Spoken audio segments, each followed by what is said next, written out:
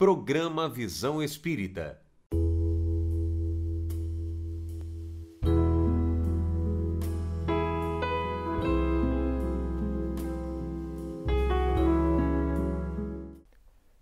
O programa Visão Espírita pede licença para entrar no seu lar e levar-lhe uma mensagem de fé, de otimismo e de esperança.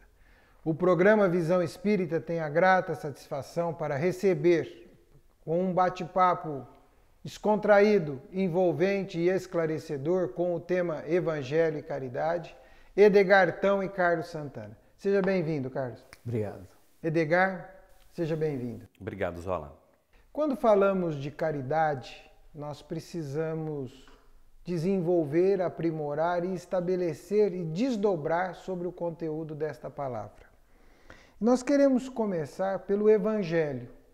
O Evangelho foi um gesto de Jesus de intensa, grandiosa caridade para com a humanidade, Edgar? Zola, entender a caridade como expressão máxima da vida de Jesus é compreender da mesma forma a essência do Evangelho dele. O Evangelho, portanto, não somente é um gesto, eu diria um gesto às coletividades que reúnem os princípios caritativos de Jesus em todas as suas expressivas e morredoras lições, mas, sobretudo, um roteiro de conduta à caridade. Então, nós encontramos ali um acervo de orientações e um manual prático para o exercício caritativo passível de ser aplicado a toda a criatura. A vida de Jesus por si só é uma vida de expressão sublime à caridade. O Evangelho, portanto, é o grande hino da caridade. E Jesus o canta em todos os seus exemplos, em todas as suas lições. Não há uma única passagem de Jesus encontrada no Evangelho que não haja ali implicitamente o convite e a lição da caridade aos homens. Extrair desse grande contexto evangélico do Cristo estas lições, de certo exigirá de cada um aprofundamento e uma receptividade a elas. Porque nós sabemos também que o Evangelho é interpretado, é conhecido e visto por cada um de nós a depender do próprio mundo íntimo. Então o Evangelho, se é ali sim o grande compêndio de lições de caridade de Jesus, nós podemos nos desdobrar estudando, interpretando e, sobretudo, vivenciando no campo das nossas realizações. Jesus traz algumas lições, a maioria delas, dentro do Evangelho, que para nós, em alguns estágios que estamos de interpretação, ainda estamos presos à letra. É verdade. E aí, presos à letra, nós não conseguimos observar a grandeza, o ensino, o quanto isto pode nos envolver, nos absorver e nos transformar. Por falar em transformação, Carlos, caridade e esmola é a mesma coisa? Não. É muito importante a gente pensar que quando nós pensamos, na verdade, em caridade, nós pensamos nos pobres, nos desabrigados, nos infelizes. E a caridade ela vai ser definida ali nos dicionários como esse ato de ajudar, de dar esmola, né? Uma ação no bem em prol do necessitado. O Espiritismo, no entanto, vem renovar essa ideia e vem ampliar esse contexto, nos mostrando aí a caridade também moral, né?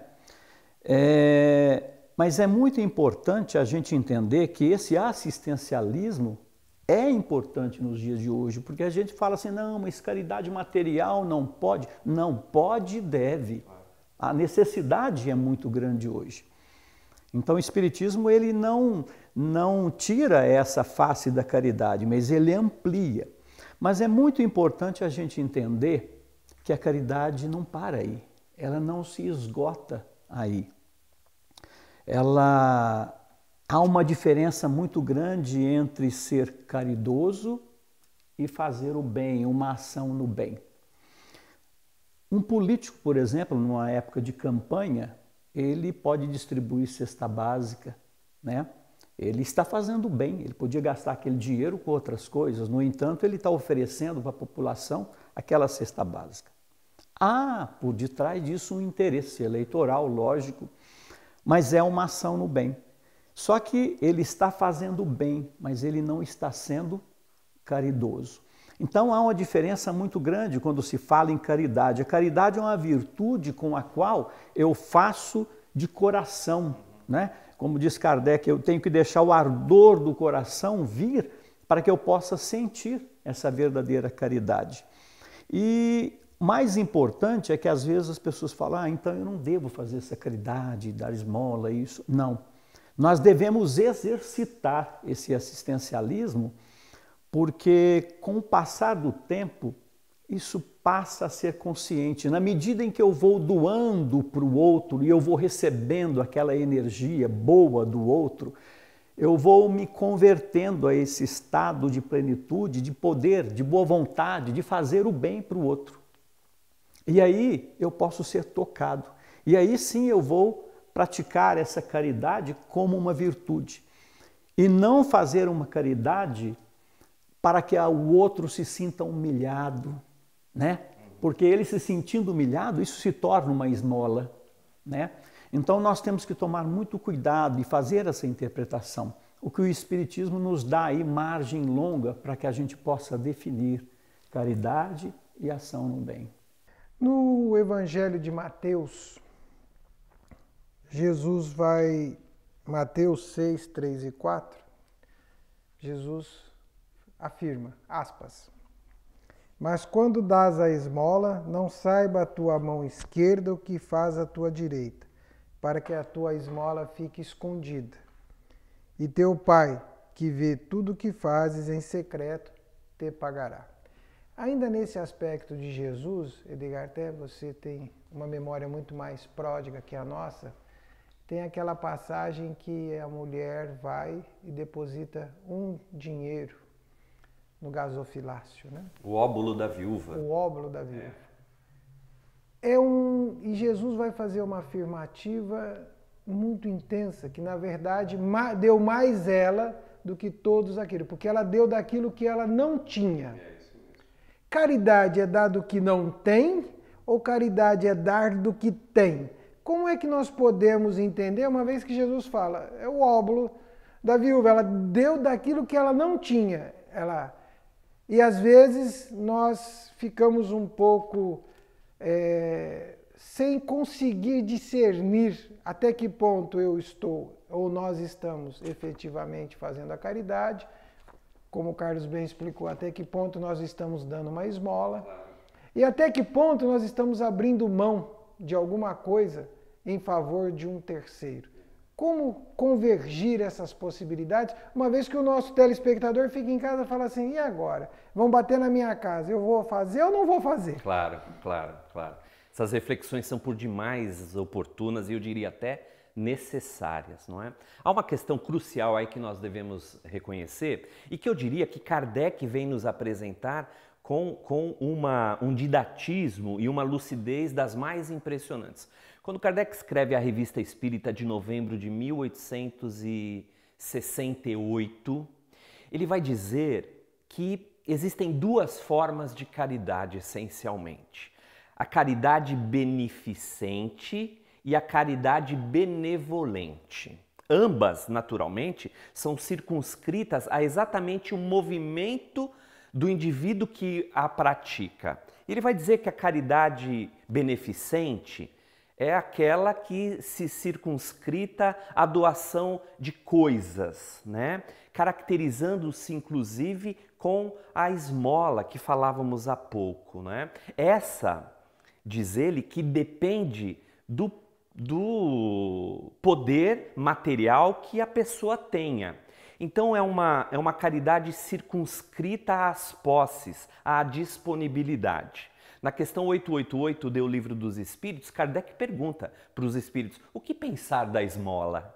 né? E eles vão dizer exatamente, ressaltando as orientações que o Carlos há pouco nos transmitiu. Os espíritos vão afirmar, respondendo a Kardec nessa questão 888 do Livro dos Espíritos, que a esmola muitas vezes degrada aquele que se vê constrangido a pedi-la, degrada física e moralmente, porque ela invariavelmente embrutece a criatura, que se vê, se não coagido, constrangido, a esmolar. E ele vai dizer ali que o dever da sociedade, portanto, muito mais do que contribuir com a esmola, e lembremos Carita, o Espírito Carita, no capítulo 13 do Evangelho segundo o Espiritismo, não saiba a vossa mão esquerda o que dá a vossa mão direita, no item número 14, vai dizer, a esmola é útil.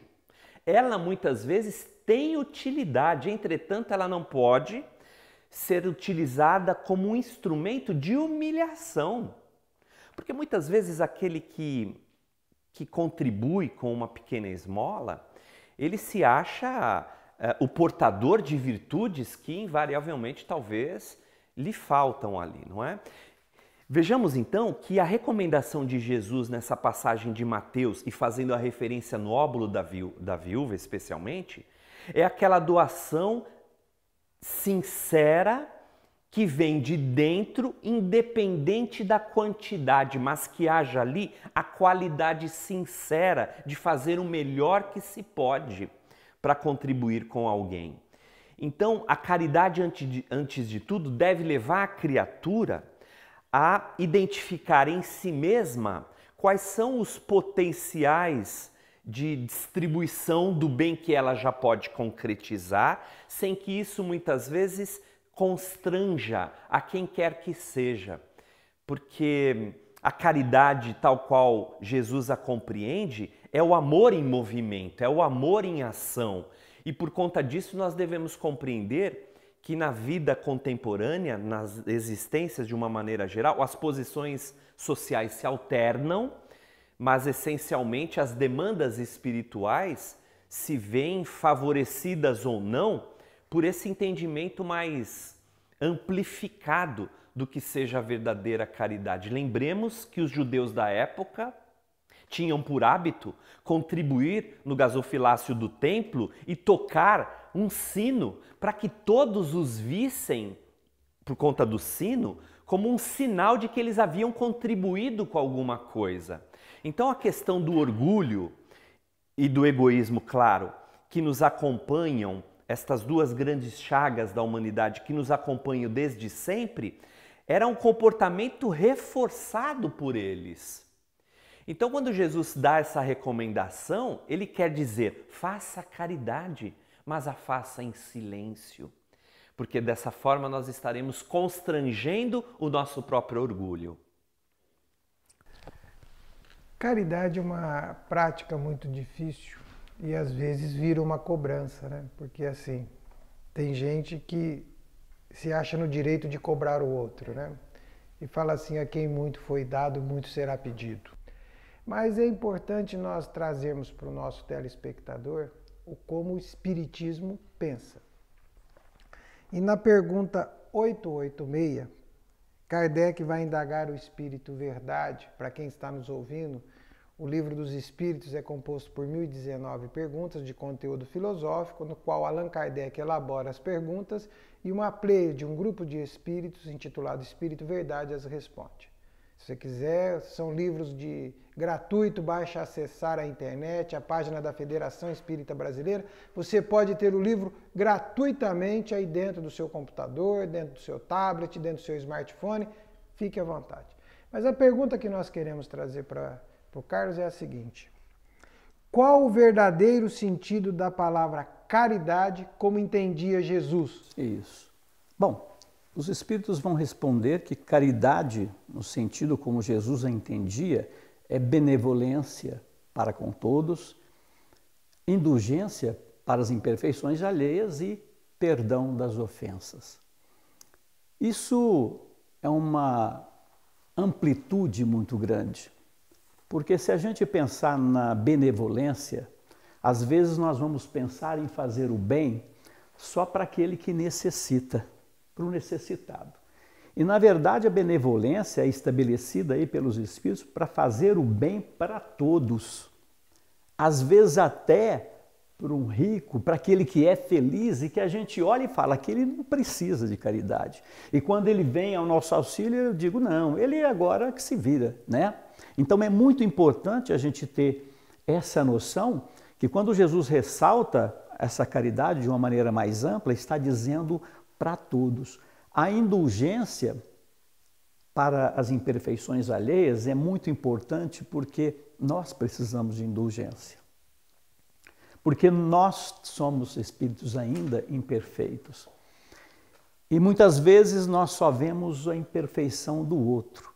Então essa indulgência para com a imperfeição do outro, eu preciso usar até da minha humildade para fazer isso, né? Para que eu possa detectar em mim, às vezes, o defeito que o outro tem. E eu tenho que, nesse ponto, tolerar, compreender aquela pessoa, para que eu possa um dia também ser tolerado, ser compreendido de alguma forma. E o perdão das ofensas. Nós temos que buscar isso de uma forma muito importante para elaborar esse perdão, porque não é fácil perdoar. Mas eu sempre digo o seguinte, tem uma regrinha, a gente pode dizer, olha, sempre aquele que nos ofende, aquele que nos agride, é um doente da alma. Assim como todos nós somos doentes da alma. Mas se eu começo a enxergar dessa forma, fica muito mais fácil eu dar o meu perdão. Porque quando a gente se trata de um doente, a gente tem mais compaixão, isso, aquilo.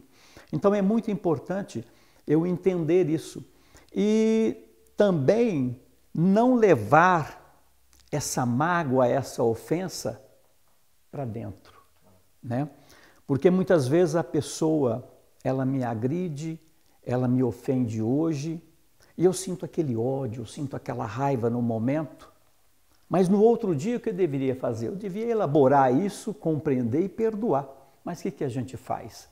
A gente vai lembrar da pessoa, vai lembrar do fato e vai sentir tudo de novo. Vai sentir aquele ódio, vai sentir aquela raiva, isso chama ressentimento, que é sentir de novo. E isso faz muito mal para a gente. Então a primeira benevolência também é para comigo, né? Porque o mal que é praticado fora, eu não posso deixar ele seja vivenciado dentro de mim, né? Então essa característica que os Espíritos nos traz sobre a caridade, ela é muito ampla e nos faz ter essa ideia absoluta, que é o único caminho para o crescimento, para o aperfeiçoamento e para uma felicidade futura, eterna, vamos dizer assim. Paulo, em Coríntios, na epístola, né? Os Coríntios. Isso mesmo. Aliás, a grande carta maravilhosa de Paulo sobre a caridade, sobre o amor, não é? Paulo vai escrever assim: agora, pois, permanecem a fé, a esperança e a caridade. Estas três virtudes, porém, a maior delas é a caridade. Edgar, como interpretar essa afirmativa, essa assertiva? Porque Paulo nunca deixa margem à dúvida, né? Não, Paulo é muito incisivo, Paulo né? Paulo é o verdadeiro, seja o seu falar sim, sim, não, não. Não tem tergiversações ali, não é? Tem, não tem discussões. Não. Então ele vai, essas três, mas a principal é a caridade. Como entender essa afirmativa de Paulo? Kardec traz uma interessante elucidação e complemento dessa ideia. O capítulo 15 do Evangelho segundo o Espiritismo, todo ele é um capítulo em torno da caridade. O título do capítulo é Fora da Caridade não há salvação. E ali há mensagens, inclusive, de Paulo, do Espírito Paulo, escrevendo a respeito da caridade.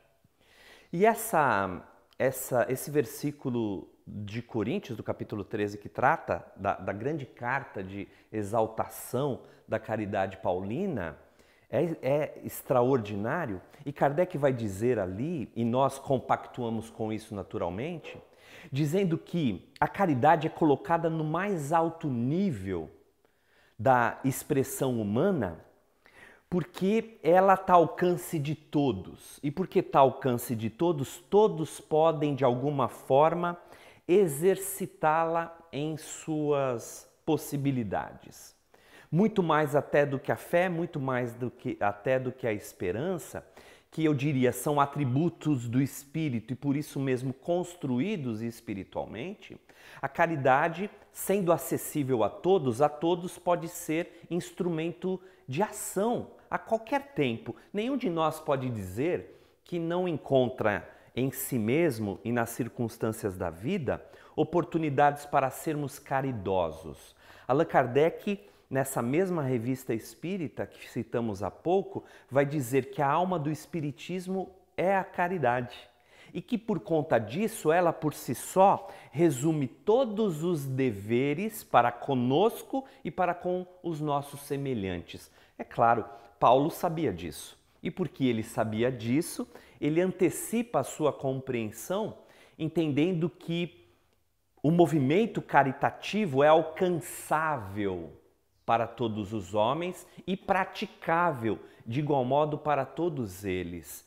A orientação paulina, portanto, é que estejamos sempre atentos para colocar a caridade como um presente de acesso fácil a todos nós.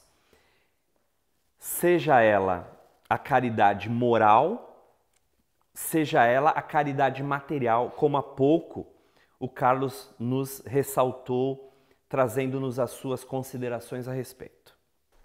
Carlos, nós quando gostamos de algo, né, ou tentamos nos aprimorar em algo, a gente estuda, né, pesquisa, se dedica, memoriza, né, cria base para que aquilo nos alimente, ou pelo menos nos oriente, né? Então, estudar o Evangelho é um dever de todo cristão. Né? Conhecer o seu conteúdo é um dever. Né? Talvez minúcias detalhadamente, isso é particularidade de cada crença e de cada pessoa. Mas eu já conheço o Evangelho, já estudo, conheço todas as obras espíritas, já li o Livro dos Espíritos, já li o Livro dos Médiuns, Evangelho segundo o Espiritismo, Céu e Inferno, a Gênese, Obras Póstumas, o que é o Espiritismo, a Revista Espírita, li a Bíblia. Dá para dizer que eu sou caridoso? Não. Poxa vida. É um desapontamento, mas principalmente o Evangelho, para que a gente possa ser caridoso, é preciso vivê-lo na íntegra. Há pouco tempo eu escutei uma palestra do Haroldo Dutra, que ele dizia assim: se você estuda o Evangelho, se você entende, às vezes você evangeliza, às vezes você interpreta muito bem o Evangelho, mas se você não vive, você ainda não foi chamado. Você está na sala de espera, né? Então, nós temos que ser ali a carta viva, né? Ser caridoso, na verdade, é vivenciar tudo isso que você falou, o Livro dos Espíritos, a Gênese, o Evangelho, né?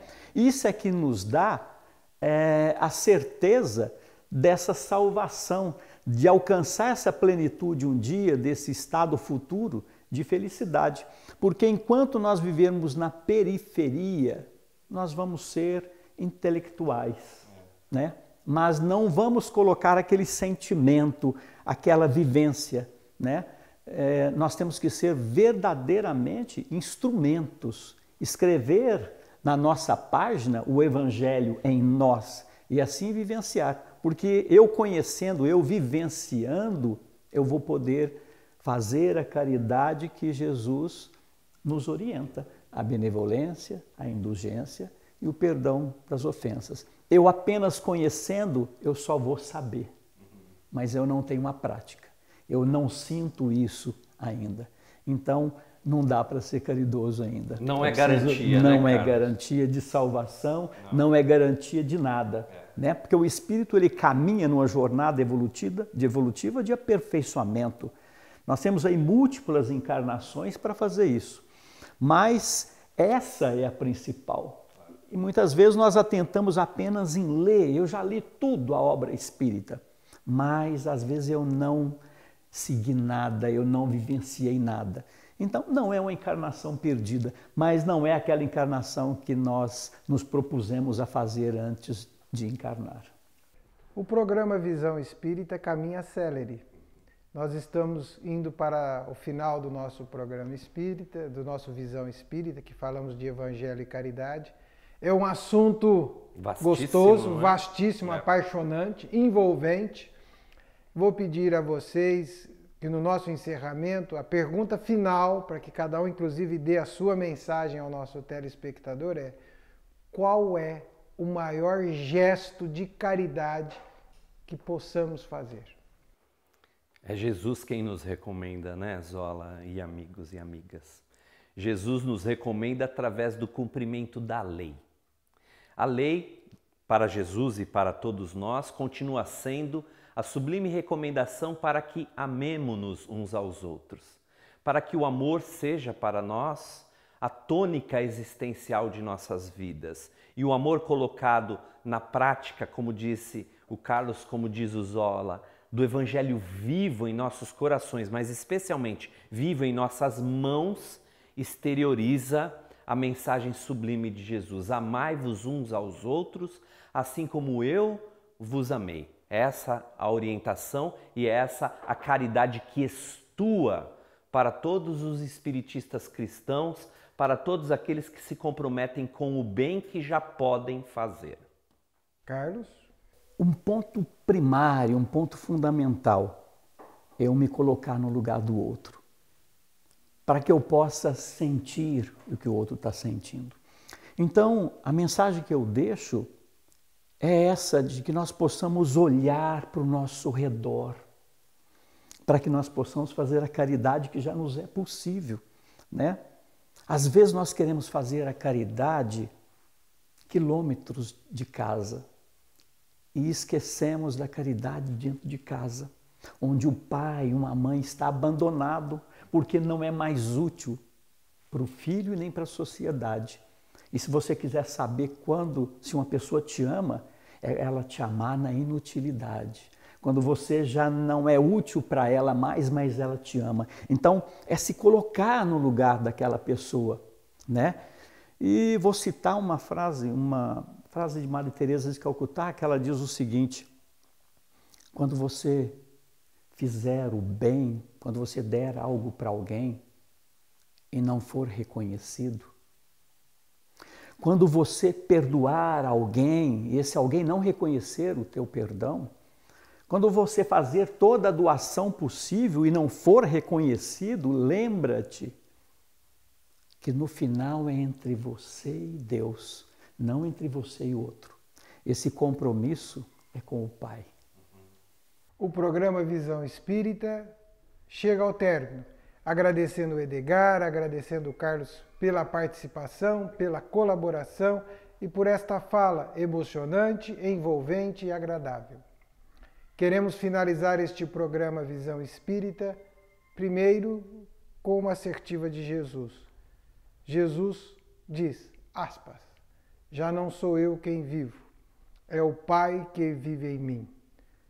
E Paulo vai afirmar, já não sou eu quem vivo, é o Cristo que vive em mim. O dia que o Evangelho viver em nós, a caridade será natural, pura e simples, porque transcendemos a compreensão do que é o significado do amor. Até o próximo Visão Espírita.